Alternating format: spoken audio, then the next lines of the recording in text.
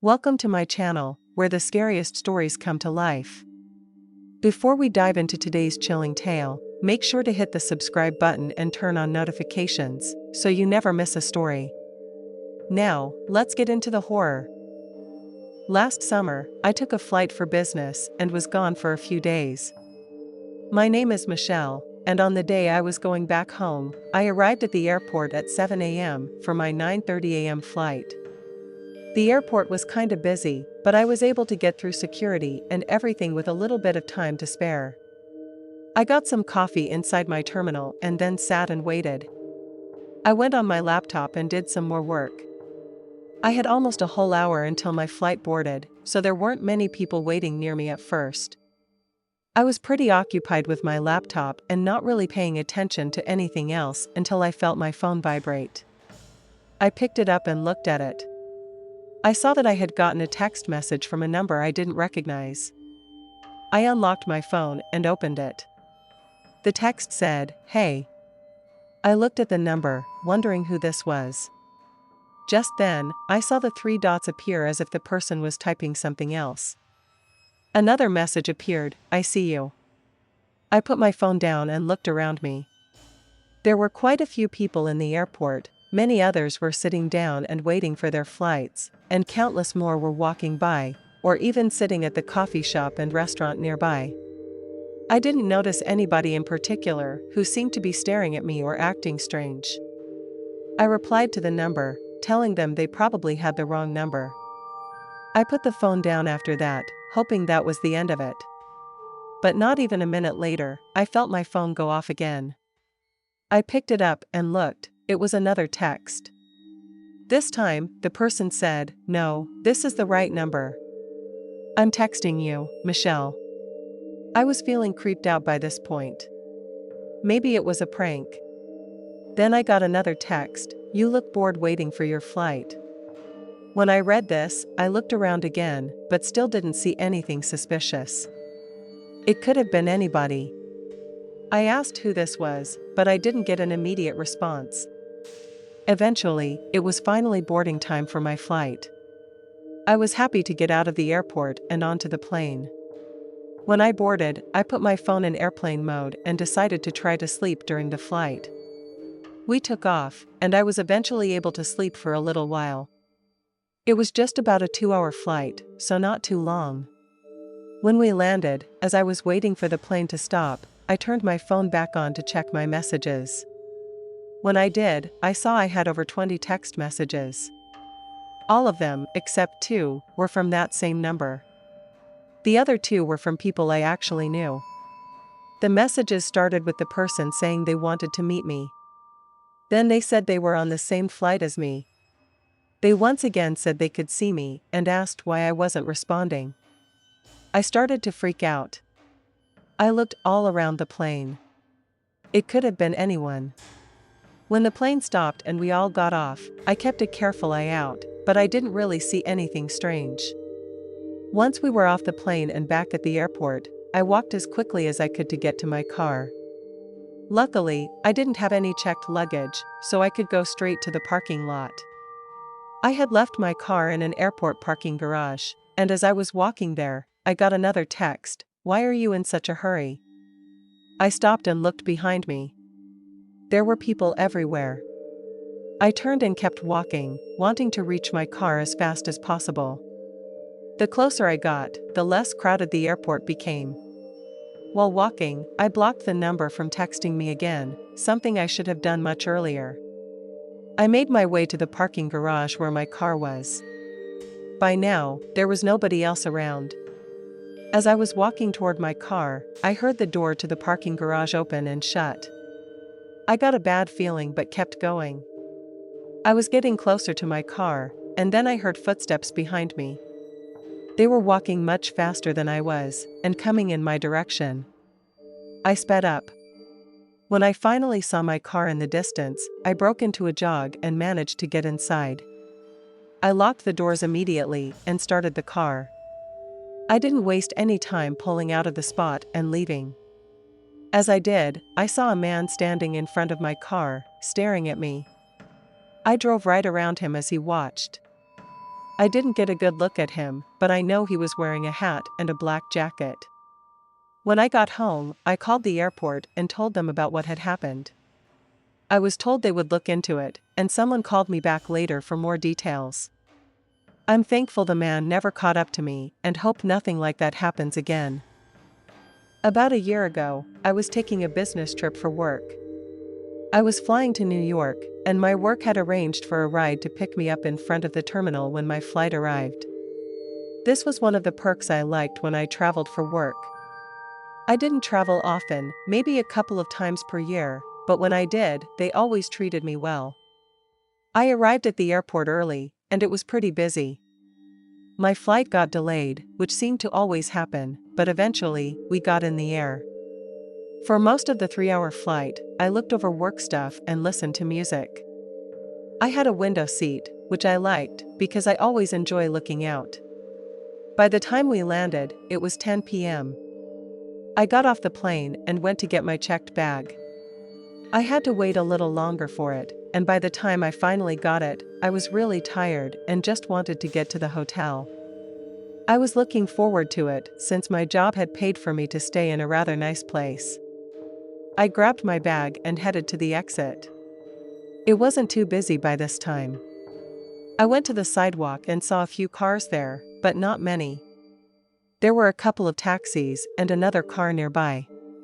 As I looked around, I heard a small honk from the car in front of me. I saw the driver wave his hand out the window, so I went over and asked him if he was my ride. He said yes, so I got in the back seat with my bags. It was a newer black van with rather comfortable seats. We started driving, and I went on my phone, texting some friends for a while. When I looked up, I noticed that the driver was staring at me through the rearview mirror. It was kind of awkward, so I looked away, but he kept looking at me, giving me creepy vibes. Suddenly, I got a bad feeling. I then received a text message. I opened it and saw that it was from my actual ride, telling me they were at the airport waiting for me, in a black SUV. I was not in an SUV, and this vehicle didn't look like a taxi either, just a regular van. I couldn't believe I had been so careless. I turned to the driver and said, "I think I got in the wrong car. You're not my ride." The man looked at me and insisted that he was. I told him no thanks and that I'd like to get out, thinking that we were still in the city and I could find a taxi or another ride. But the man didn't stop. He didn't even respond when I asked to be let out. Instead, he started driving faster, more erratically, and we were clearly leaving the city. I asked him several times to stop, telling him I would pay him for the ride, but he still didn't answer. At that point, I decided to call the police. As soon as I dialed, the man noticed and suddenly pulled over. He looked back at me and then lunged, trying to grab my phone. I reached for the door, but it was locked. He unbuckled his seatbelt and shifted into a better position to take my phone. I could hear the 911 operator on the other end, but I wasn't able to say anything. The man reached again, and this time, he grabbed my phone. He then went back to the front seat, rolled down his window, and threw my phone as far as he could. As he did that, I quickly tried to roll down my own window, and to my surprise, it worked. I thought it would be locked, but it wasn't. Without wasting any time, I crawled out of the window onto the street. The man opened his door, but by that time, I was already running toward another car in traffic. The man got back inside his van and sped off. I managed to retrieve my phone and called the police again. I waited on the side of the road until they arrived a couple of minutes later. I was able to tell them everything and then got a taxi to my hotel. Unfortunately, all of my belongings were still in the man's van. But, luckily, the next day, the police caught him, and I was able to get everything back. A few years ago, I went to the airport to pick up my friend. He had been out of town for about a week and asked if I could pick him up when he got back. We were good friends, so I agreed. His flight was scheduled to land at almost 11 p.m. It was a little late, but I didn't have anything planned for the next morning, so I didn't mind. I ended up arriving at the airport early that night, and his flight hadn't landed yet. I decided to park and walk around rather than sit in the car waiting. I've never liked just sitting and thought it would be more enjoyable to stretch my legs and explore the airport a bit. When I got inside, the airport was pretty empty, which made sense given the late hour. There were still a few people here and there, but it wasn't crowded. As I was walking down a hallway not long after entering, I suddenly felt a tap on my shoulder. I turned around and saw a man standing behind me. He had blonde hair, was about 6 feet tall, and wore a t-shirt and jeans. He was smiling and asked if I remembered him.